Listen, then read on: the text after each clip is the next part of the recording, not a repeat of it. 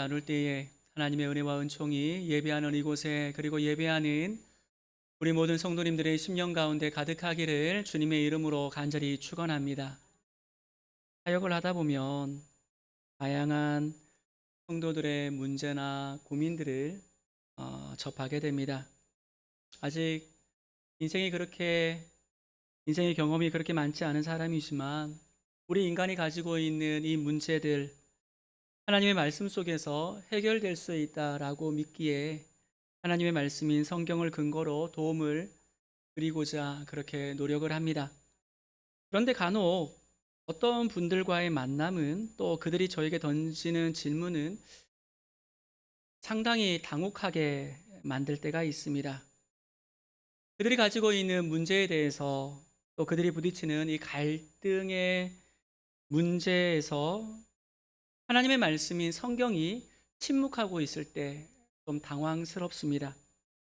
다시 말해서 그들이 던지는 어떤 문제에 대해서 성경이 구체적으로 그리고 직접적으로 언급하고 있지 않을 때 참 힘이 듭니다. 예를 들어서 교회 안에서 특히 대예배라고 말하는 이 11시 예배, 이 예배 때 복음 성가를 부르는 문제에 있어서 또 기분 좋은 날, 어떤 의미 있는 날, 사랑하는 사람과 함께, 사랑하는 가족들과 함께 아주 좋은 호텔, 아주 좋은 라운지에서 고기를 썰며 뭐를 한잔할 수 있습니까?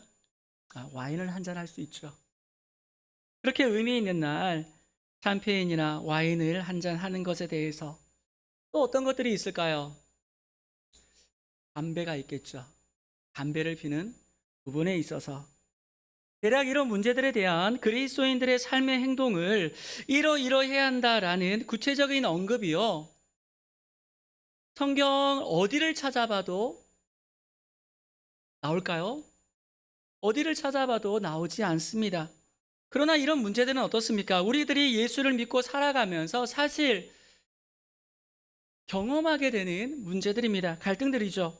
특히 교회라는 공동체 안에서는 이 문제가 더 큰 문제가 됩니다. 그리고 또 어떻습니까? 우리의 신앙을 넘어지게 할 수 있는 걸림돌이 또한 될 수가 있는 그러한 민감한 문제들입니다. 이처럼 선과 악으로 쉽게 구분할 수 없는 문제들, 성경에서 이것은 해도 된다, 또 이것은 하면 안 된다 라는 직접적인 언급이 없는 문제들, 그러나 우리 믿는 자들의 삶 속에서 종종 부딪힐 수 있는 이 행동 윤리 문제를 가리켜서 아디아포라라고 이야기를 합니다. 근데 여러분, 재미있는 사실은요, 이런 아디아포라 논쟁은요, 시대가 발전하고 복잡한 오늘날만의 문제는 결코 아니었다라는 겁니다. 초대 교회 안에도 이 아디아포라 문제가 있었다라는 거지요. 그렇다면 오늘 이 로마 교회 안에만 있었을까요? 그렇지 않아요. 갈라디아 교회에서도 이 아디아포라 문제가 있었고요. 또 어디에도 있었을까요? 고린도 교회 안에서도 이 아디아포라 문제가 있었습니다. 이 말은요, 이 아디아포라 문제는 어떤 특정한 교회만의 문제가 아니라 대부분의 교회에서 일반적으로 만날 수 있고 발생할 수 있는 그러한 문제다라는 겁니다. 또한 이 말은요, 오늘날 교회 안에서도 우리 신읍교회 안에서도 얼마든지 나타날 수 있는 우리 성도들의 관계 속에서 발생할 수 있는 그러한 문제라는 것을 의미합니다. 오늘 본문에 보면 초대교회 안에는요, 크게 두 가지 아디아포라 문제가 있었는데요.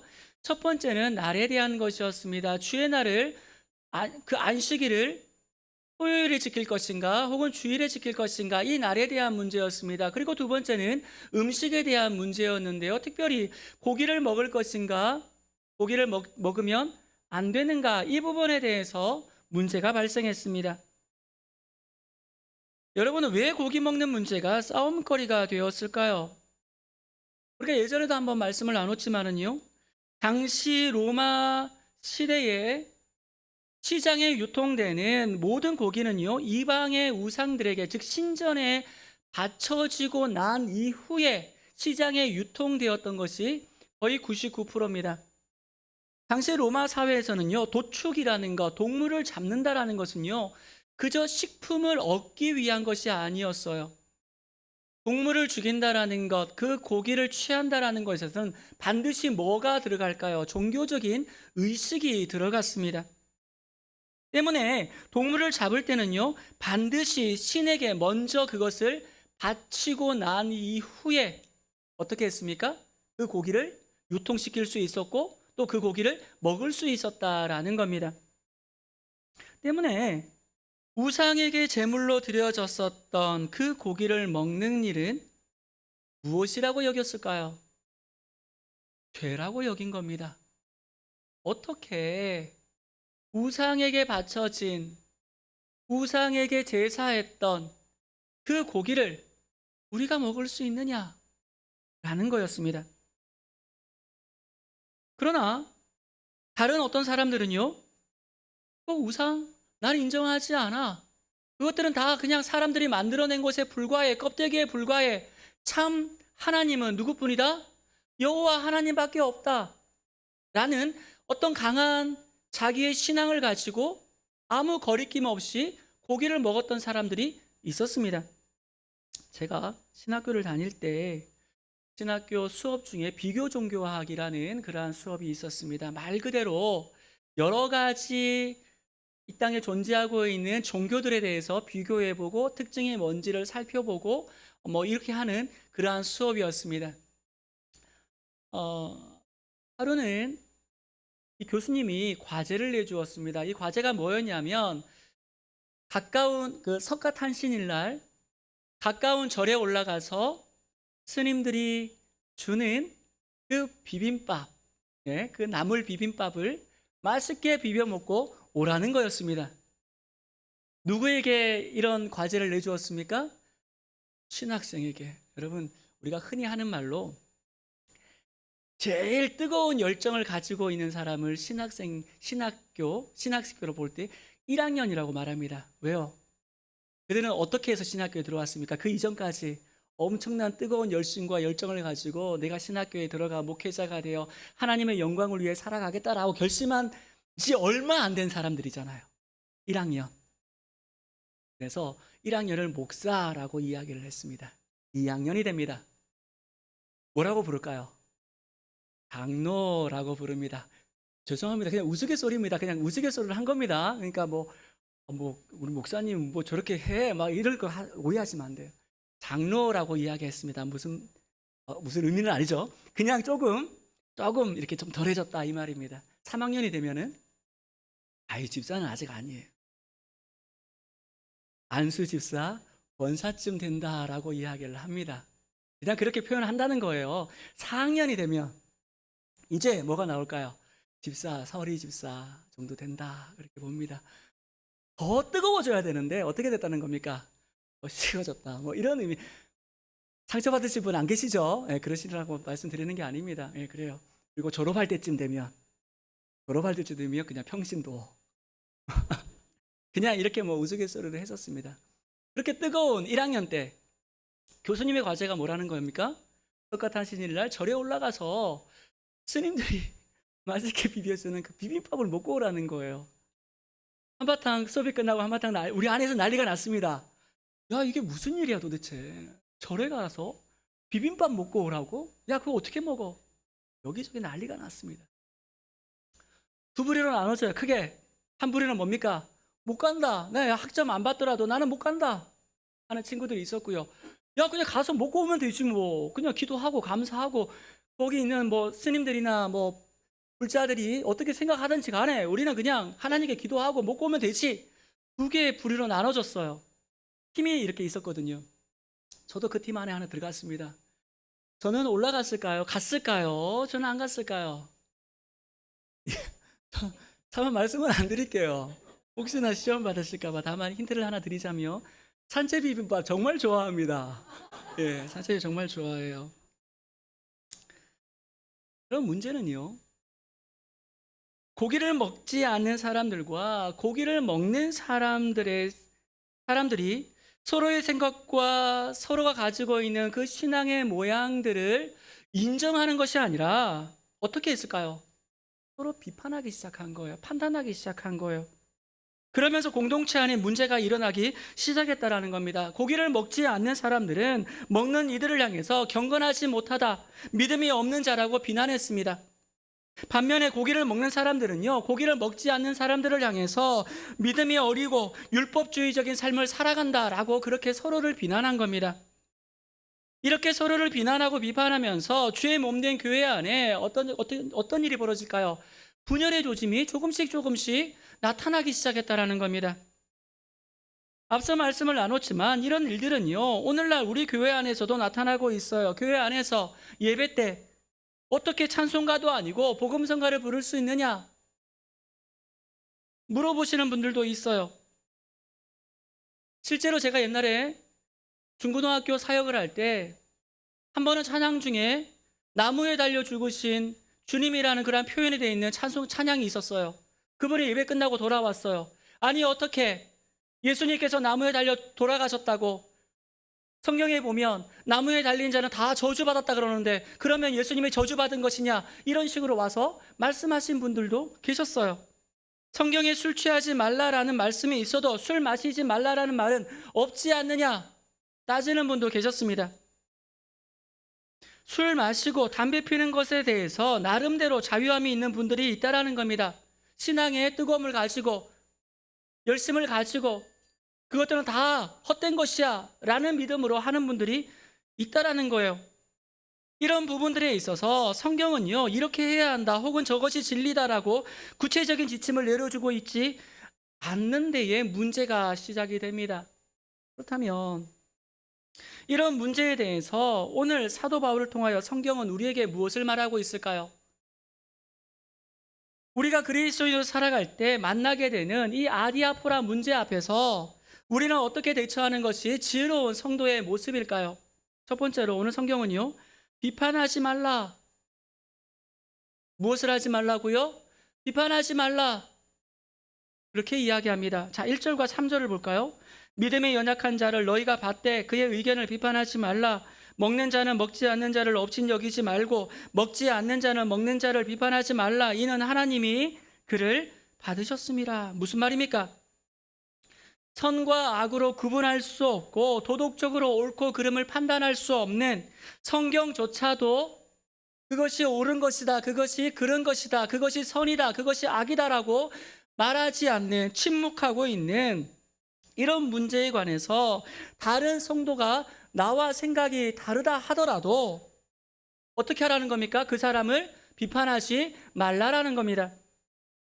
같은 그리스도인이라 할지라도 믿음의 차이에서 오는 것이 있기에 얼마든지 의견과 생각이 여러 번 다를 수가 있어요. 사랑하는 성도 여러분, 성경 말씀에 의해서 진리와 빌진리를 명확하게 구분하지는 못하는 문제에 있어서 나와 생각이 다르고 나와 경험이 다르고 나와 견해가 다르다고 해서 견해가 다르다고 할 때 여러분 우리가 가져야 할 자세는 무엇이겠습니까?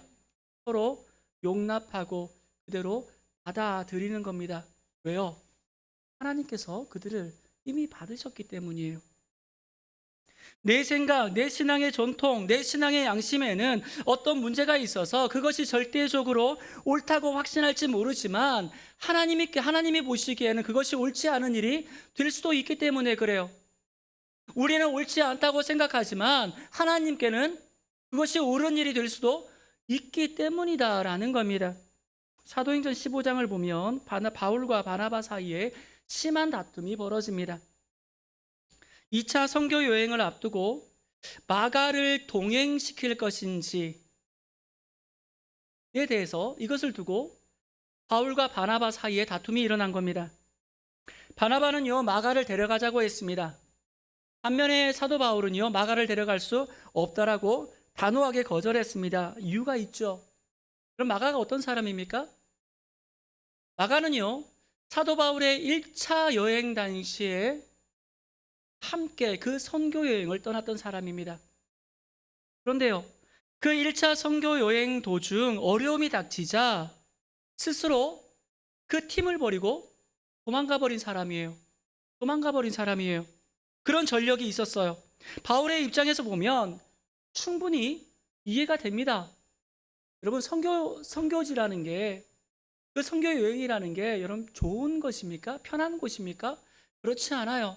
함께 마음을 모으지 않고 함께 힘을 모으지 않으면 결코 그 일을 감당할 수가 없는 일이에요. 그런데요, 경험이 그렇게 많지 않았던 언제요? 제1차 선교 여행 그 가운데에 마가라는 사람이 떠나버렸다라는 겁니다.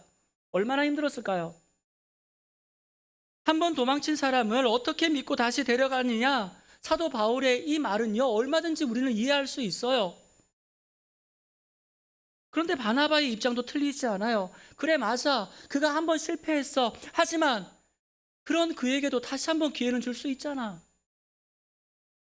바울의 말도 맞아요. 바나바의 말도 맞아요.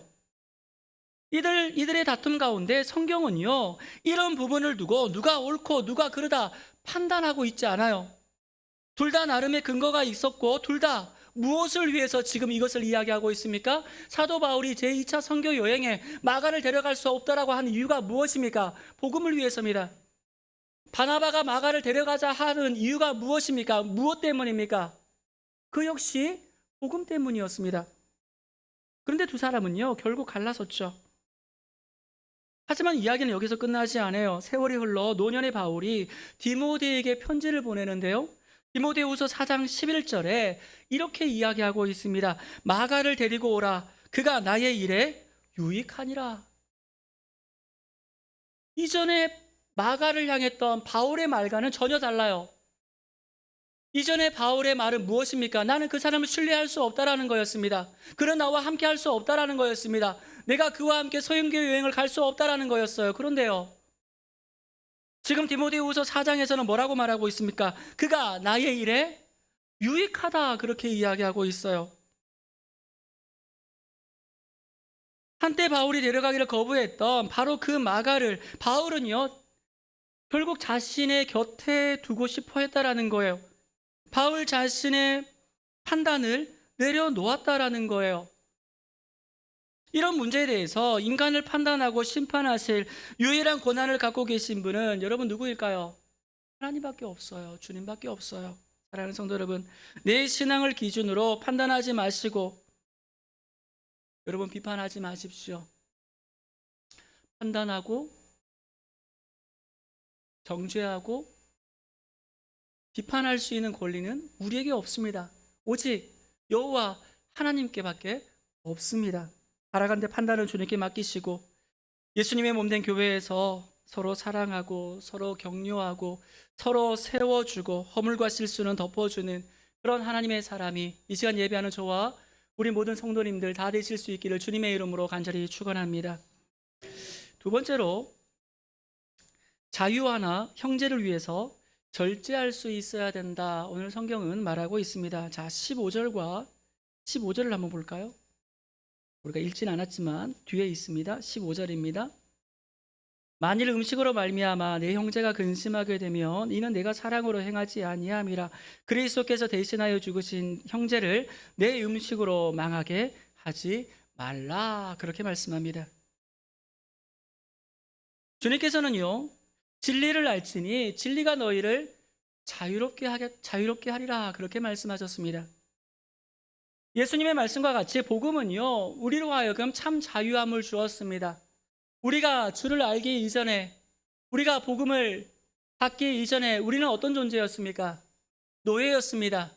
죄의 종이었습니다. 사단의 종이었습니다. 그런데 예수 그리스도의 십자가를 통하여서 우리는 이제 노예가 아니라, 종이 아니라 어떤 존재가 되었습니까? 자유인이 되었습니다. 구약의 율법에서 얽매여 살 수밖에 없던 우리 모든 인간을 믿음 안에서 해방시켜 주셨다라는 거예요.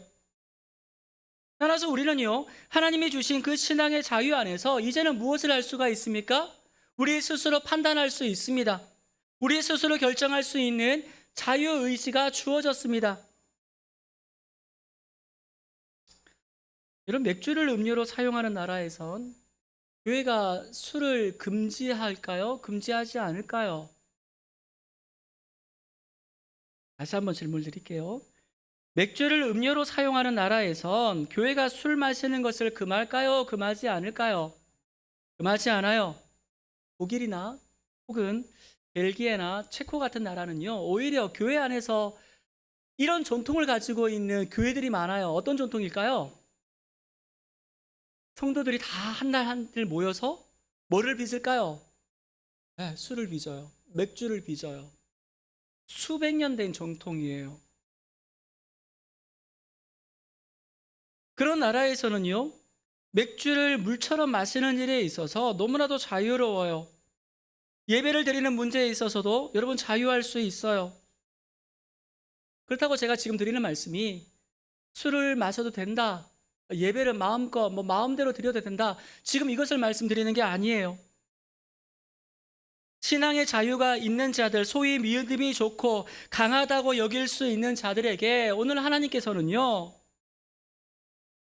뭐라고 말씀하고 있습니까? 우리 다시 한번 15절을 한번 읽어볼까요? 15절입니다. 만일 음식으로 말미암아 내 형제가 근심하게 되면 이는 내가 사랑으로 행하지 아니함이라. 그리스도께서 대신하여 죽으신 형제를 내 음식으로 망하게 하지 말라. 자, 21절도 같이 한번 봅시다. 21절입니다. 고기도 먹지 아니하고 포도주도 마시지 아니하고 무엇이든지 내 형제로 거리끼게 하는 일을 아니함이 아름다우니라. 아멘. 이런 무슨 말씀입니까? 내 행동이, 내 신앙의 자유가 분명히 나에게는 있어요. 그런데 그런 내 자유로 인하여서 형제가 넘어질 수 있다면, 그들을 망하게 할 수 있는 일이라고 한다면, 비록 나에게는 그러한 신앙의 믿음과 자유가 있다 할지라도, 확고한 믿음이 있다 할지라도 어떻게 하라고요? 그 일을 하지 말라라는 겁니다. 담배 피우는 것이 죄가 아니라는 확신을 갖고 피우는 사람이 있다며 그럴 수 있다고 생각합니다. 술 취하지 않고 그냥 기분 좋게 좋은 날 와인 한두 잔 하는 거, 신앙의 양심에 거리낌이 없다면 그렇게 할 수 있습니다. 그러나 성경은 분명히 말씀하고 있죠.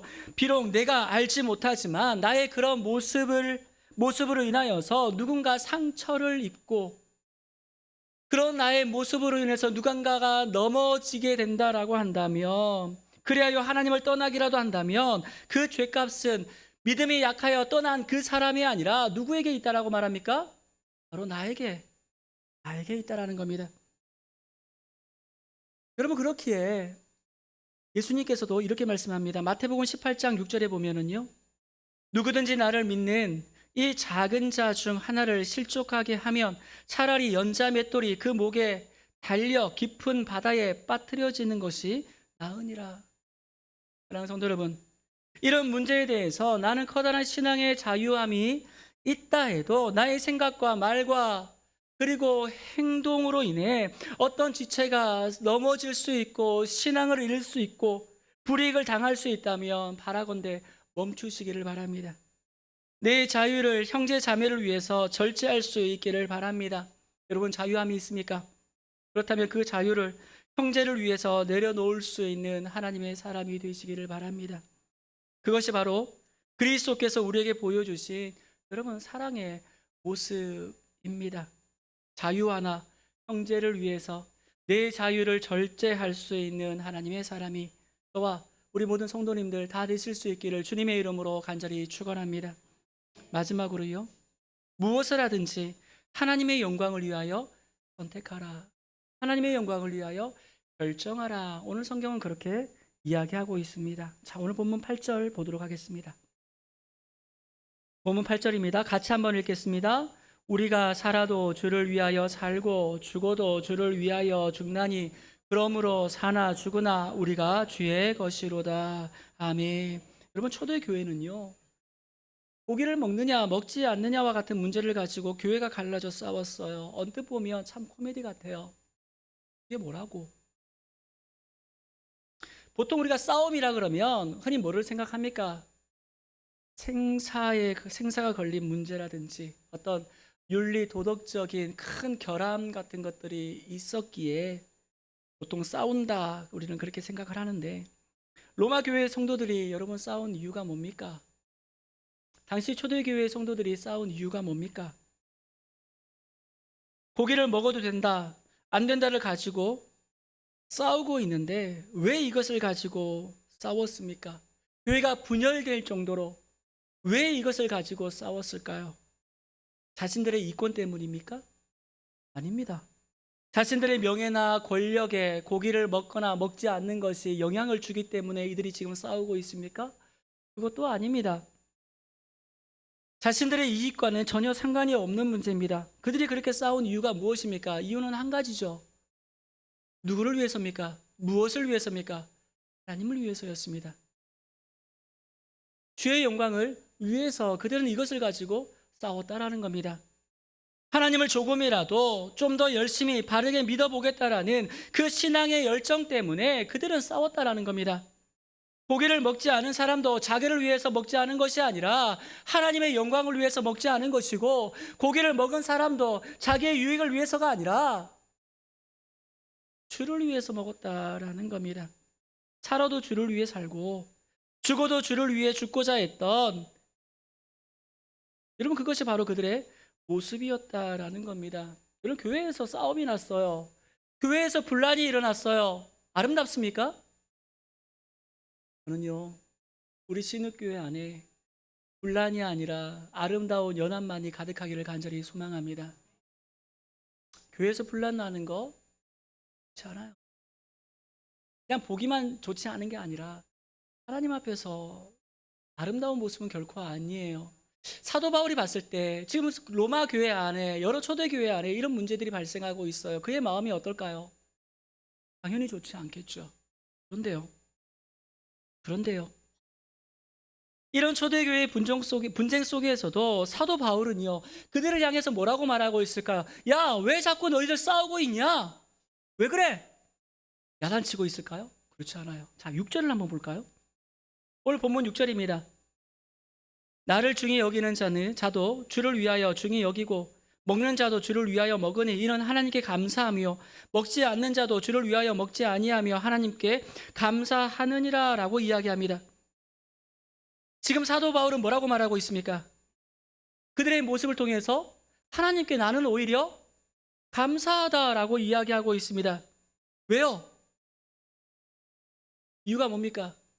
당시 그들이 이것을 가지고 싸운 이유가 오직 하나님의 영광을 위해서 그들이 싸우고 있다는 사실을 사도 바울은 알았기 때문에 그래요. 그들은요, 자신들에게 주어진 모든 삶과 인생이 주님의 것임을 알았고, 또 고백하며 주의 영광을 위하여 살고자 발버둥쳤던 사람들이기 때문에, 그런 그들의 모습을 가지고 사도 바울이 야단을 치고 책망하는 것이 아니라 뭐라고 말하고 있다고요? 내가 하나님께 감사한다라고 이야기하고 있는 겁니다. 여러분, 이것이 전 세계의 복음을 전할 수 있었던 초대 교회의 힘이요 능력인 줄 믿습니다. 미국의 유명한 오페라 가수였던 제롬 하인스의 소원이 있었습니다. 뉴욕의 메트로폴리탄의 오페라 무대에 서서 주인공이 되어서 자신의 목소리로 그렇게 오페라 노래를 부르는 거였습니다.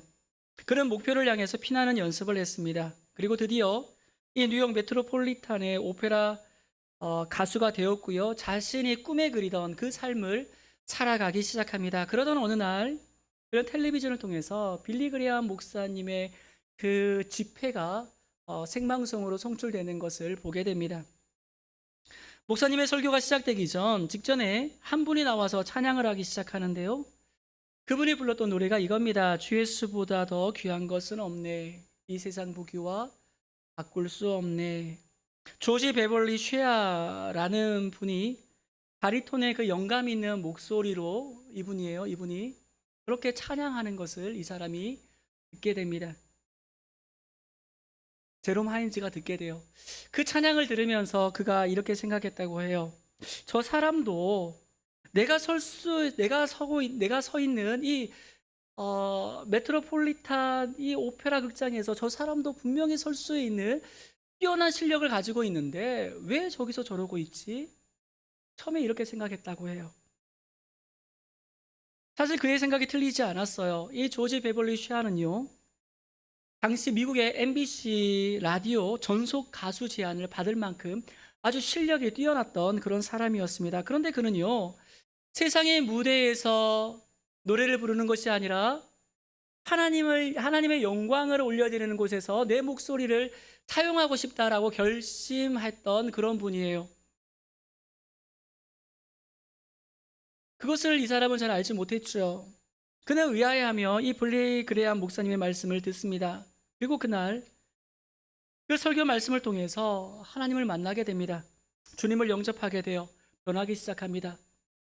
하인즈가 결심합니다. 더 이상 나도 사람의 박수갈채에 내 삶의 목적을 두지 않을 거야. 하나님의 영광을 위해서, 하나님의 도구로 쓰임받기 위해서 내 목소리를 사용할 거야. 그러던 어느 날 그는요, 아주 오랫동안 자신이 꿈꿨던 그 오페라 한 작품이 있었는데 그 작품의 주인공으로 발탁이 됩니다. 계약서에 사인도 하고요, 연습을 시작해요. 그런데 연습 중에 서곡에서 춤이 나오는데 그 춤이 거의 나체로 춰야 되는 춤이었습니다. 그런데 원래 그 오페라 처음에는 이 내용이 없었대요. 근데 감독이 바꾼 거예요. 좀 더 다극적인 것을 주기 위해서 바꾼 거예요. 또 자기가 부르는 노래의 가사 가운데에는 그리스도인의 양심으로는 도저히 사용하지 못할 저질스러운 그러한 욕설들이 포함이 되었다고 해요. 하인즈는요, 비록 연극이지만 오페라지만 자신의 신앙이 그것을 받아들일 수가 없었어요. 결국 계약 파기에 대한 벌금까지 물고 스스로 그 오페라 가수의 자리를 내려놓고 나옵니다. 여러분, 그가 왜 이렇게 했을까요? 그토록 자신이 꿈꾸던 그 자리에 올랐습니다. 그토록 자기가 맡고 싶었던 그 오페라의 주연 자리까지 꿰찼습니다. 많은 계약금까지 받았습니다. 그런데 왜 그 모든 것을 다 내려놓고 나왔을까요? 무엇 때문에요? 이유는 한 가지였어요. 하나님의 영광을 위해서였어요. 그렇게 계약을 파기하고 해가 저무는 뉴욕의 밤거리를 걸어 나오며 그는요, 자기에게 감동을 주었던, 변화시켰던 조지 베벌리 최하의 찬양을 밤하늘을 향해서 부르기 시작합니다. 주 예수보다 더 귀한 것은 없네. 이 세상 부귀와 바꿀 수 없네. 영죽을 내 대신 돌아가신 그 놀라운 사랑 잊지 못해. 세상 즐거움 다 버리고 세상 자랑 다 버렸네. 주 예수보다 더 귀한 것은 없네. 예수밖에 없네. 사랑하는 성도 여러분, 이 아디아포라 문제 앞에 섰을 때 우리 스스로에게 여러분 질문을 한번 던졌으면 좋겠습니다. 이것이 하나님께 영광이 되는 것인가? 이것이 주를 위한 결정인가? 이 질문 앞에 우리가 정직하게 설 수만 있다면 그럼 우리는 그 누구도 비판하지 않을 거예요. 자유도 절제할 수 있을 거예요. 무엇을 하든지 주를 위한 삶을 살아가게 될 것입니다. 살아도 주를 위해, 죽어도 주를 위해 사는 하나님의 사람이 이 시간 예배하는 저와 우리 모든 성도님들 다 되실 수 있기를 주님의 이름으로 간절히 축원합니다. 기도하겠습니다. 하나님, 오늘 말씀을 통해 아디아포라의 문제 앞에서 우리가 어떻게 살아야 할지를 가르쳐 주심에 감사를 드립니다. 우리가 나와 다른 형제를 비판하고 판단하려 했던 마음이 혹 우리 가운데 있었습니까? 하나님 용서하여 주옵소서. 내 신앙의 기준으로 연약한 지체를 정죄했던 적이 있습니까? 저희의 모든 허물을 주님 앞에 내려놓습니다. 이제는 판단을 주님께 맡기고 내게 있는 자유를 형제를 위해 절제할 수 있는 사랑의 사람이 되게 하여 주옵소서. 무엇을 먹든지 무엇을 마시든지 무엇을 하든지 오직 하나님의 영광을 위하여 결정하며 살아가는 삶을 살아갈 수 있도록 역사하여 주옵소서. 살아도 주를 위하여 살고 죽어도 주를 위해 죽는 우리 주님의 모든 성도들 되게 하여 주옵소서. 감사하며 예수님의 이름으로 기도하옵나이다. 아멘. 찬송가 96장입니다.